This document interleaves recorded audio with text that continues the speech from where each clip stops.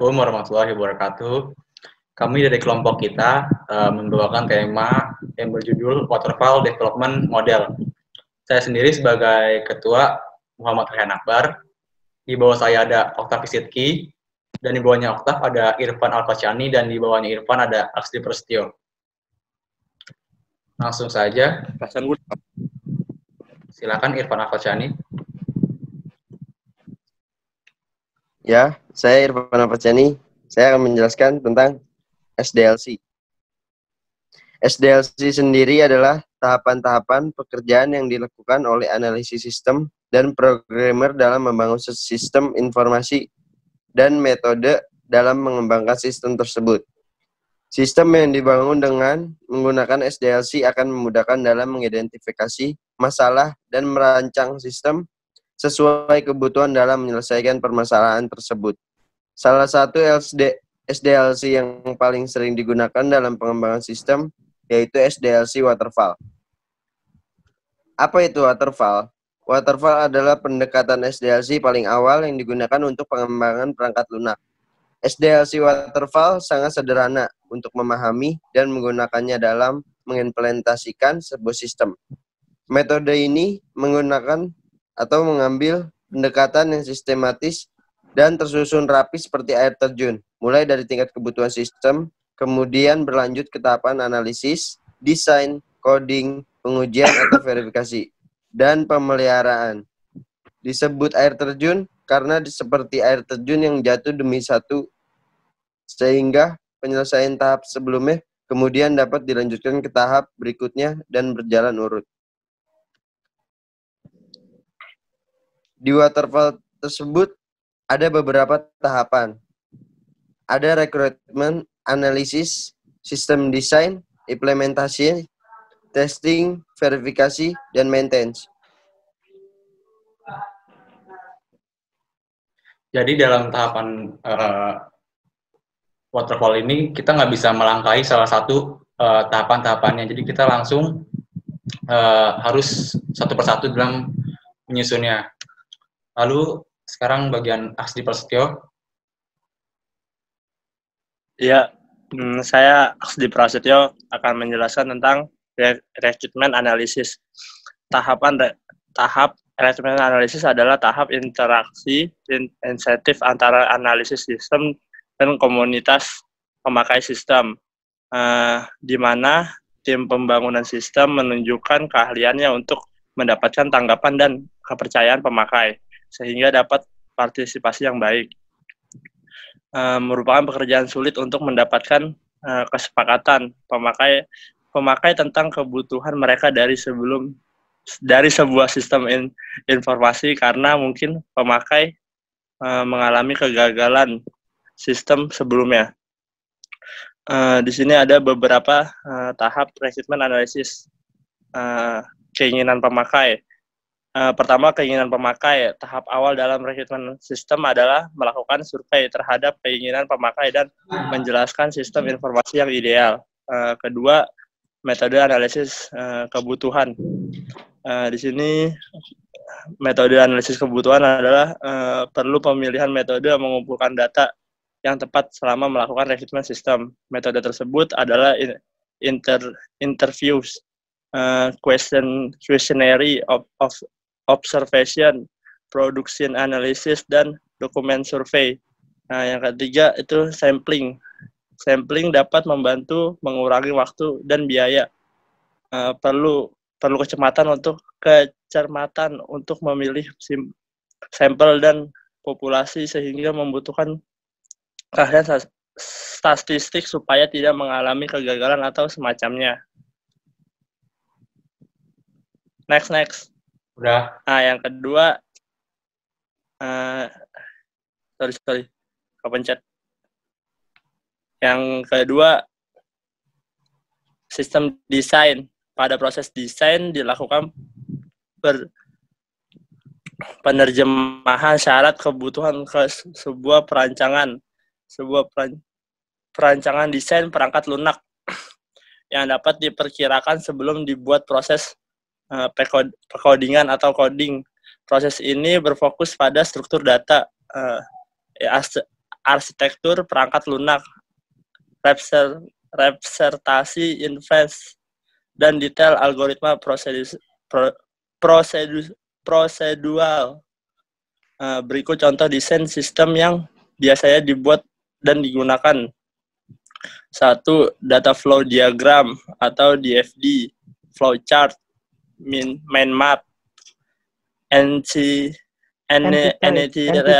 realization diagram, ERD, konteks diagram, ETC.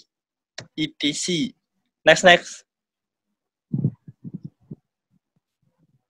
Ini masih gue ya? Iya. Implementasi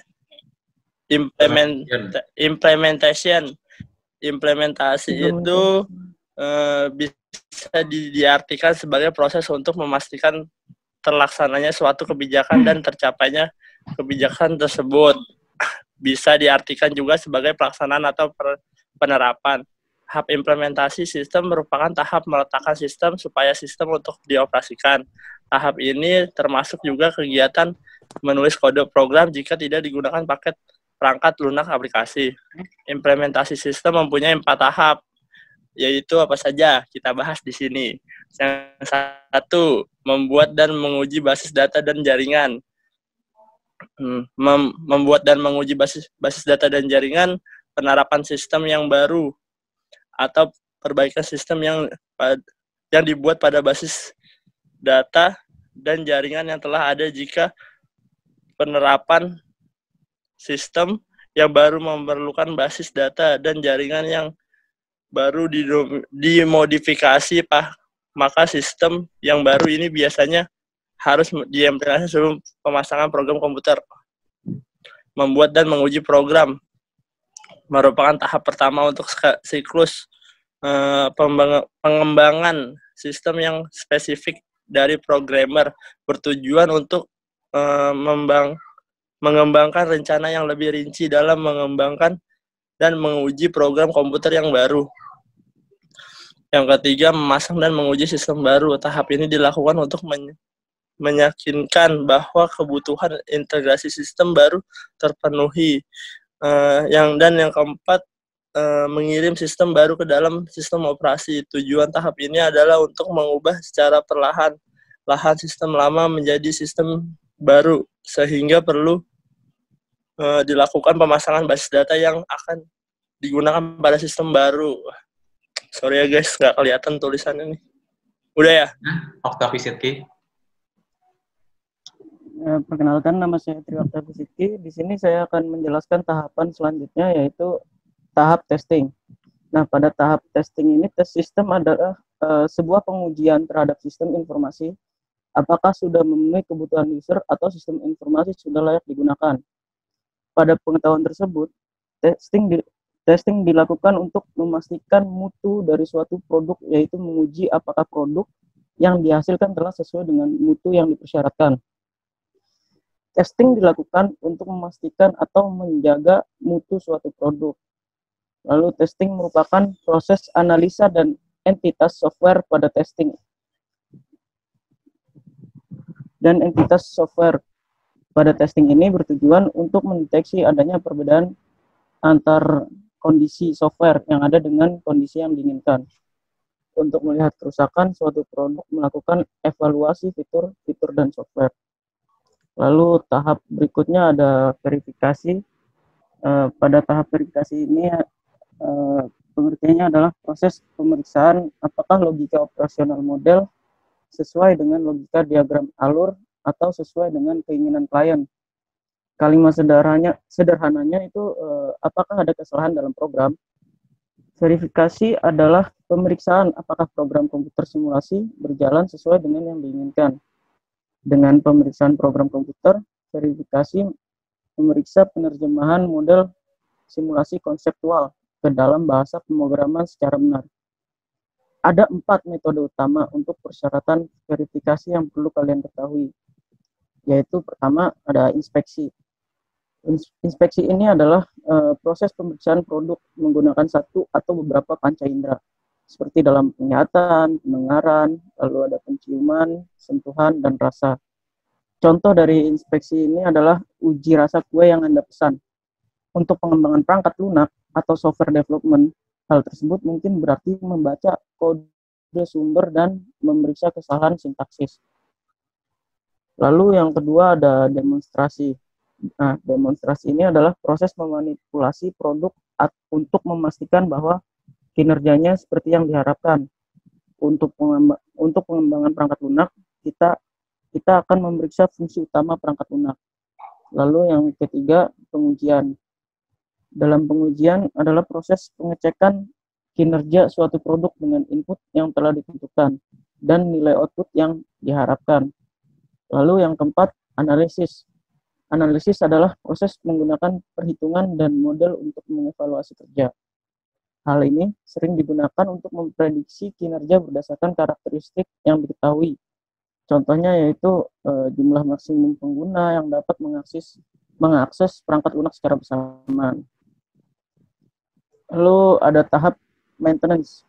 Nah, maintenance ini adalah tahapan perawatan perangkat lunak atau software maintenance, yaitu sebuah aktivitas yang dimulai sejak perangkat lunak mulai digunakan hingga akhirnya perangkat lunak tersebut tidak digunakan lagi atau tidak dapat digunakan. Tujuannya adalah untuk memperbaiki kesalahan, meningkatkan kinerja, lalu meningkatkan kinerja atau fungsionalitas, lalu menyesuaikan dengan lingkungan atau mencegah terjadinya kesalahan. Ada 4 jenis kategori maintenance dalam software. Di antaranya yang pertama yaitu corrective maintenance. Ini kita lakukan ketika sebuah bug ditemukan pada sistem dan kita harus bisa melakukan perbaikan. Lalu ada adaptive maintenance. Ketika sistem yang kita buat harus mengadaptasi perubahan pada environment di mana sistem tersebut berjalan. Misalnya ketika membuat sebuah aplikasi Android, kita harus melakukan maintenance. Kita harus melakukan maintenance ketika versi Android di-upgrade agar aplikasi tetap compatible. Artinya kita harus mengupgrade aplikasi kita karena teknologi juga semakin update. Lalu yang ketiga ada preventive maintenance. Ketika pengguna sistem atau stakeholder merubah requirement dari sistem yang kita bangun. Lalu ada preventive maintenance ketika kita hendak meningkatkan kualitas sistem yang kita bangun atau hendak menanggulangi sebuah bug sebelum bug tersebut terjadi. Soalnya di sini ada kelebihan dari waterfall. Kelebihannya dari waterfall ini yang pertama ada mudah untuk mengelola karena model yang sederhana. Setiap fase memiliki spesifik rekrutmen dan proses review. Yang kedua ada cocok untuk project skala kecil di mana kebutuhan project dapat mudah dimengerti. Dan yang ketiga mudah dalam menentukan tugas setiap individu. Jadi bisa dibagi-bagi tugasnya untuk soal pembuatan software itu kita memerlukan tim dan tim gampang untuk dibagi tugasnya. Lalu ada yang keempat, simple, mudah dimengerti dan diimplementasikan. Lalu yang kelima ada fase. Nah, dan jadi secara garis besar, kelebihan dari waterfall model adalah jadwal dapat diatur dengan tepat waktu untuk setiap tahap pengembangan dan produk dapat dilanjutkan melalui proses pengembangan model fase satu persatu. Pembangunan bergerak dari konsep melalui desain, implementasi, pengujian, instalasi, pemecahan masalah, dan berakhir di operasi dan pemeliharaan. Lalu ada kekurangannya. Yang pertama itu ada aplikasi yang dihasilkan cenderung lama karena step by step tidak dapat dilengkap. Ya, karena waterfall ini step by step-nya tidak bisa dilengkap, jadi mungkin pembuatan aplikasinya akan memakan waktu yang lama. Lalu ada resiko yang tinggi karena prosesnya terlalu lama. Lalu ada tidak cocok untuk proyek yang terlalu kompleks dan object oriented projects, serta proyek-proyek yang mudah berganti-ganti proses. Lalu yang keempat, sulit untuk mengukur kemajuan dalam tahap. Dan yang kelima, integrasi dalam bidang sebagai Big Bang di akhir yang tidak memungkinkan mengidentifikasi setiap teknologi atau bisnis hambatan atau tantangan. Jadi secara garis besar kekurangan di model waterfall ini, dia model tidak memungkinkan banyak refleksi atau revisi. Setelah aplikasi dalam tahap pengujian, sangat sulit untuk kembali dan mengubah sesuatu yang tidak terdokumentasi dengan baik atau pikiran pada dalam tahap konsep. Lalu di sini ada kreditnya. Jadi contoh yang cocok untuk sistem metode waterfall ini adalah salah satu menggunakan model waterfall, pengembangannya adalah sebuah sistem operasi komputer, karena sistem operasi komputer memiliki fungsi yang sangat kompleks, sehingga dalam pengembangannya membutuhkan analisa yang penuh mengenai kebutuhan user akan sistem operasi, hingga fitur-fitur penting yang harus dimiliki oleh sistem operasi tersebut. Semakin baik proses riset dan analisa yang dilakukan, maka hal ini akan membuat fungsi sebuah sistem operasi komputer menjadi lebih kompleks, eksklusif, dan juga sangat beragam dan banyak digunakan oleh user. Selain itu, sistem operasi juga sangat membutuhkan supporting yang dilakukan dengan cara update berkala dari sistem operasi tersebut. Demikian dari presentasi dari kelompok kita. Kurang lebihnya mohon maaf. Wabillahi taufiq wal hidayah. Wassalamualaikum Wassalamualaikum warahmatullahi wabarakatuh.